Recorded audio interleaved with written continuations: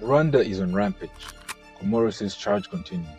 The north means business, and so does Sudan, Wharton Sudan, who have won as many points as anyone at this stage. And yes, Nigeria is in big trouble. Qualification for the biggest FIFA World Cup in Africa's history is 4 games down the road. And in the case of Nigeria, it is 4 steps closer to disaster. Self-inflicted disaster. Nigeria are basically doing everything in their power to miss out on the 2026 World Cup, which is kind of odd because it's not like they have World Cup fatigue. I mean, they missed out on the last World Cup. And even if they hadn't, it does not give them the right to be as terrible as they've been in the ongoing World Cup qualifiers. Versus Lesotho, Zimbabwe, South Africa, and Benin. And all the Super Eagles have is 3 points with a goal difference of -1. Lesotho, Zimbabwe, South Africa, and Benin. 3 draws and a defeat. It seems like a Nollywood conspiracy. And it gets better. I mean worse for Nigeria because Finidi George, who should be George Finidi if you get my drift. Anyways, George Finidi, I should say Finidi George, is now out of the door. The shortest tenured coach in Nigerian history. 34 days in the job to be exact. Finidi was on a 1-year contract, having served in an interim capacity for 2 months before. But the 2 games he handled in the official capacity, drawing 1-1 with South Africa and 2-1 with Benin, convinced the Nigeria Football Association that the former Nigeria star was the wrong man for the job. 2 games. In my humble opinion, the NFF should have known that before hiring him. I mean, if it's that bad, someone should have noticed well in advance, or when he was still in the interim role. Giving him a 1-year contract, no massive vote of confidence by the way, and then cutting him loose after 34 days. I told you, it's a conspiracy. And Finidi says he heard about his demotion a day after meeting NFF officials for 3 hours to discuss the future of the Super Eagles, in which they didn't mention anything about an incoming technical advisor. He says he heard about the technical advisor from someone outside the NFF and waited 2 days to hear from the federation in vain. I think the federation was like, we ain't calling him. So Finidi was like, if you ain't calling, I'm out of here. What wahala be this now? Anyways, he resigned. A decent thing, maybe even the most decent thing to happen to Nigeria in this qualification campaign. Yes, the demotion was effectively a sacking, but getting sacked by the NFF right now seems like a pretty good thing. They are in a mess, and so are Nigeria's chances of qualification. Come on, Charles, you're just being alarmist. There's still 15 points to play for, and Nigeria have plenty of room and firepower to overturn the 4-point deficit on table leaders Rwanda. True, but don't underestimate the NFF. Their creativity and determination to mess things up for Nigeria is proven. Let's talk after the technical advisor is appointed. If Nigeria end up falling short, it may be Rwanda, who are tied on 7 points with Africa and Benin, who go to the World Cup. Rwanda, imagine that.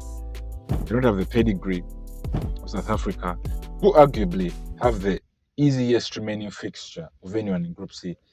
But expect the unexpected. 9 teams and possibly 10 will represent Africa at the World Cup. So don't be surprised to see the Rwandas of this world making it all the way. Rwanda are currently ranked 131st in the world and have been to just one Nations Cup back in 2014. Imagine if they went all the way to the World Cup. Imagine that. But to do that would mean surviving a fixture list that includes our games to South Africa, Zimbabwe, and Nigeria. It's a tall order. No, not that kind of order. I said South Africa have the easiest fixture of any team left in the group. And that's because they host Nigeria, Rwanda, and they have a double header against neighbors Lesotho, and a potentially dicey trip to Zimbabwe. But think the COSAFA Alliance. Just a moment. Just kidding, but you get the point. The tough one for South Africa is their away game to Benin. But if Benin host that game in Abidjan like they've done all their home qualifiers so far, then both teams are effectively playing on foreign soil.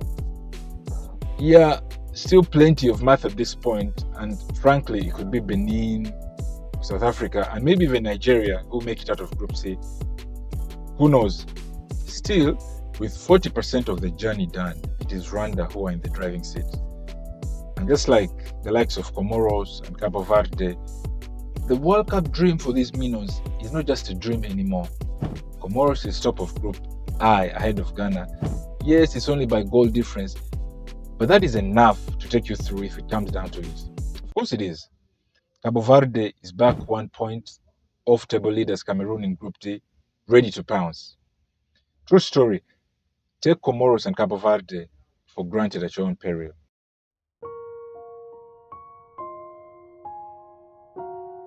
But the most striking performance thus far has been that of Sudan. The country has been ravaged by war, which has been raging for over a year now, triggering what the UN has called the worst humanitarian crisis in recent memory.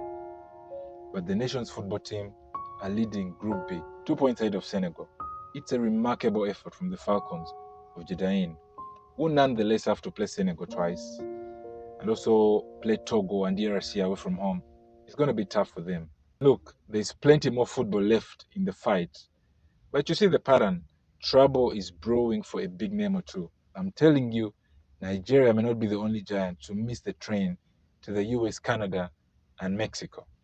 Although I'm not expecting any of the North African giants to be among the victims. Don't give Egypt, Tunisia, Morocco, and Algeria a sniff at a straightforward path to qualification and count on them to blow it. Favorite status is one thing the Maghreb folk don't mess around with. And all 4 of them are leading their groups. Egypt by 4 points and Morocco by 3, with plenty of money still on the table. It is predictable North African dominance, maybe even boring North African dominance. Those villains, good for them and good for Africa, which will have 9 teams at the 2026 World Cup, the biggest number in history, as you may already know. And whoever goes on to qualify, that really is the big story from an African perspective. And it could get even better because the 4 best runners-up will go into a playoff where they will compete against each other to determine who qualifies for another playoff, an interconfederation playoff, which will produce another World Cup finalist. So it could be 10 African teams at the World Cup. Imagine that. It's a possibility, a real possibility. Unless, of course, you're Nigeria. And who knows which other giant. What do you think? Are the big giants in trouble? Would you like to see the minnows, some first-timers make it to the World Cup this time? Feel free to give us your opinion and your views. And if you've liked this video, please like and subscribe. It helps to build this channel. Thanks for watching World Football Africa.